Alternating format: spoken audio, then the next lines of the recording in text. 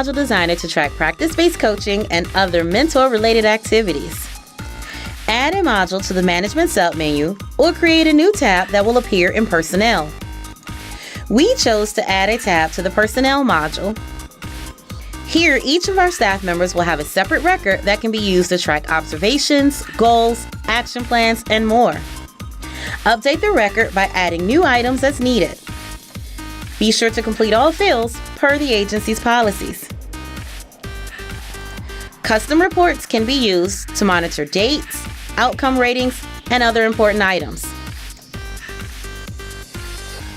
Be on the lookout for the next #CPSmart video.